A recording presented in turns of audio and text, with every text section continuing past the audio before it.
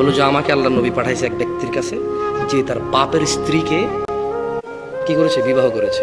আল্লাহ নবী বলেছে তার মাথাটাকে গর্দান থেকে একদম আলাদা করে দিবা, আর তার যত সমস্ত আছে তা সব কি করবা, জব্দ করে রাষ্ট্রীয় সম্পদে যোগ করে দাও। সে তার সৎ মাকে বিয়ে করেছে। একটা জিনিস চিন্তা করেন তো, বিয়ে হালাল কিনা? সৎ মাকে বিয়ে করা হারাম, জেনা না, বিয়ে করেছে। আল্লাহ নবী বলছেন গর্দান ফেলে দাও, সম্পদ নিয়ে নাও। এই সমাজে বহু ছেলে বয়সে বড়, বাবা দ্বিতীয় বিয়ে করেছে, সৎ মাদের সাথে আজে বাজে সম্পর্ক রাখার কামনা রাখে, বাসনা রাখে। ইন্না লিল্লাহি ওয়া ইন্না ইলাইহি রাজিউন। তাইলে যারা মাহরাম, মানে যাদেরকে বিবাহ করা হারাম, বিবাহ করলে আল্লাহ নবী বলছে গর্দান উড়ায় দাও, তার সম্পদ নিয়ে নাও তার। তাইলে বিবাহ তো হালাল জিনিস, কিন্তু এদেরকে বিবাহ করলে বলছে গর্দান উড়ায় দাও, সম্পদ নিয়ে নাও। তাইলে এই যে আমরা সমাজে মামা ভাগ্নি, ভাতিজি, চাচা ইত্যাদি ইত্যাদি, ইন্না লিল্লাহি ওয়া ইন্না ইলাইহি রাজিউন, জিনা, এটা তো আরো কত বড় জঘন্য পাপ। তাহলে চিন্তা করে দেখেন। আল্লাহ তাআলা আমাদেরকে বোঝার তৌফিক দান করুন। আমি আজকে এখান থেকে বিদায় নেব একটা হাদিস পড়ে। দেখেন আপনাদের কোনো কাজে আসে কিনা এই হাদিসটা।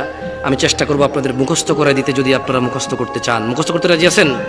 তাহলে সবাই মক্তবের মতো, মক্তবে যেভাবে পড়েছেন আমার সাথে সেভাবে পড়বেন, এরপর আমি বিদায় নেব। কেমন? বলেন আন আবি হুরায়রা রাদিয়াল্লাহু ক্বাল, আবু হুরায়রা রাদিয়াল্লাহু আনহু থেকে বর্ণিত, তিনি বলেন আল্লাহর নবী সাল্লাল্লাহু আলাইহি সাল্লাম বলেছেন। বলেন, সবাই বলেন। সাহাবীর নাম কি? কে বলেছে? রাসূল সাল্লাল্লাহু আলাইহি ওয়াসাল্লাম বলেছে। কি বলেছে বলেন? বলেন লা ইয়াজনি জানি। জোরে বলেন, এটা মুখস্থ করেন, খুবই ইম্পর্টেন্ট। আপনি তো মনে করেন যে খালি কোরআন মাজিদ উল্টা পড়লে ইমান চলে যায়।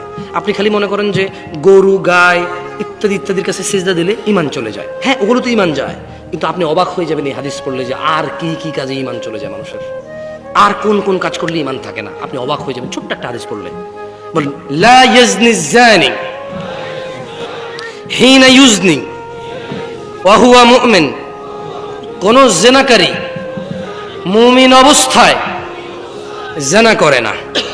ওয়ালা ইয়াশরিবুল খামর ওয়ালা ইয়াশরাবুল খামর হিনা ইয়াশরাব ওয়া হুয়া মুমিন।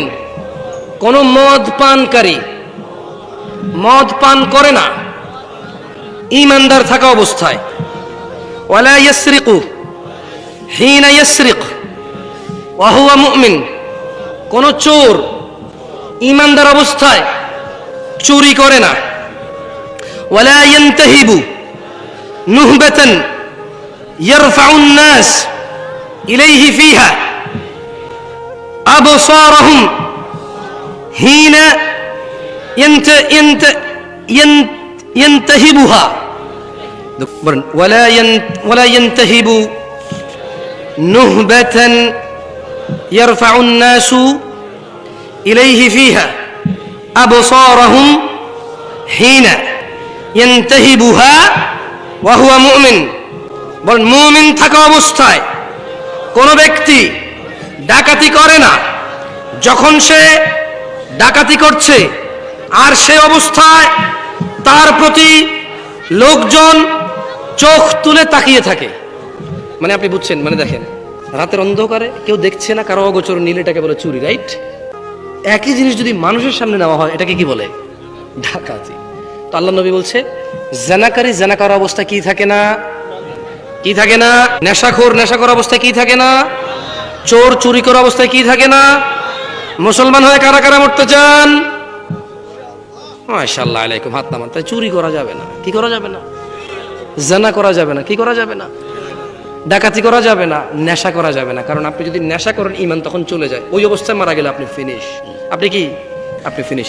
লাস্ট একটা হাদিস, এটা জানা সম্পর্কে, এটা মুখস্থ করাইয়া এরপর আমি নামাজ নিয়ে একটা হাদিস মুখস্থ করে চলে যাব ইনশাআল্লাহ। দেখেন, মনোযোগ দিয়ে শোনেন।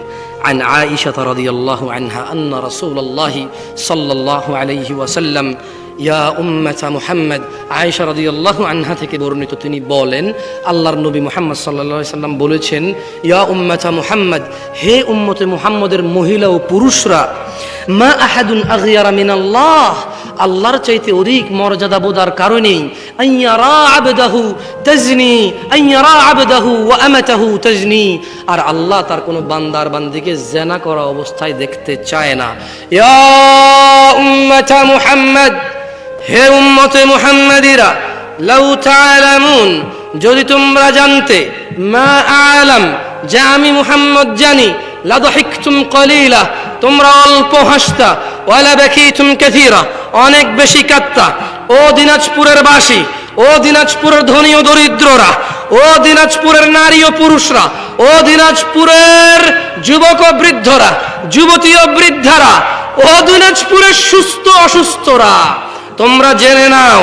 আন সাঈদ ইবনে আল-মুসাইয়্যিব রাদিয়াল্লাহু আনহু, সাঈদ ইবনে আল-মুসাইয়্যিব রাদিয়াল্লাহু আনহু থেকে বর্ণিত, তিনি বলেন, আন্না রাসূলুল্লাহ সাল্লাল্লাহু আলাইহি ওয়াসাল্লাম, আল্লাহর রাসূল সাল্লাল্লাহু আলাইহি ওয়াসাল্লাম বলেছেন, বাইনানা ওয়া বাইনাল মুনাফিকিন, বাইনানা ওয়া বাইনাল মুনাফিকিন, বাইনানা মানে মুসলমান, ওয়া বাইনাল মুনাফিকিন মানে মিথ্যুক মুসলমান, বাইনানা মানে আল্লাহর নবীর উম্মত, ওয়া বাইনাল মুনাফিক মানে যারা মিথ্যা দাবি করে, বাইনানা মানে আল্লাহ তাআলার উপরে যারা ঈমান এনেছে, ওয়া বাইনাল মুনাফিক যারা মিথ্যা বলে, মুখ দিয়ে বলে, অন্তর থেকে নয়। শুহুদুল ইশা ওয়াস সুবহ, ঈমানদার হচ্ছে ঈশার নামাজ এবং ফজরের নামাজে উপস্থিত হয়। যে ফজর এবং ঈশায় উপস্থিত হয় না, সে হচ্ছে মুনাফিক। কেন সে ফজর এবং ঈশায় উপস্থিত হতে পারে না? আল্লাহর নবী বলছেন, লা ইয়াস্তাতিউনাহুমা, মুনাফিক ফজরে যেতে পারে না, ঈশায় যেতে পারে না, ওর জন্য কঠিন হয়। মুসলমান হয়ে কারা কারা মৃত্যুবরণ করতে চায়? বাইনাল আবিদি ওয়া বাইনাল কুফরি তারকুস সালাহ, মুসলমান আর অমুসলমান, মুমিন আর কাফির, মুমিন আর মুশরিক, মুমিন আর মুনাফিক, তারকুস সালাহ, যে নামাজ ছেড়ে দিয়েছে সে ইসলাম থেকে বের হয়ে গেছে। আর যে নামাজ ছাড়েনি, শত অন্যায় অবিচার পাপ থাকবে, আল্লাহর সাথে তার সাথে ক্ষমা চাইবে, আল্লাহ মাফ করবে, আর করবে না প্রতিশ্রুতি দেবে, আবার মানুষ হিসেবে দুর্বল হয়ে যাবে, আবার আল্লাহর কাছে মাপ চাইবে, লজ্জা পাবে না, আল্লাহ আবার মাফ করবে। এরপর এক পর্যায়ে আল্লাহ ঘোষণা দিছে, ইল্লা মান তাব, অতএব যে ব্যক্তি তার সমস্ত গুনাহ থেকে ফিরে আসে, ওয়া আমানা, আল্লাহর প্রতি ঈমান আনে, ওয়া আমিলা আমালান সালিহা, তার গুনাহ যত কিছুই হোক, সে যদি ফিরে আসে, ঈমান আনে, মাপ চায়, ভালো কাজ করে, ফাউলাইকা ইউবাদদিলুল্লাহ সাইয়্যাতিহিম হাসানাত। এই যে লোকটা বলল জেনা করবে না, আবার করছে, চেষ্টা করছে, না করার হয়ে গেছে, নেশা করবে না, আবার করছে, সর্বোচ্চ চেষ্টা করেছে না করার, কিন্তু হয়ে গেছে।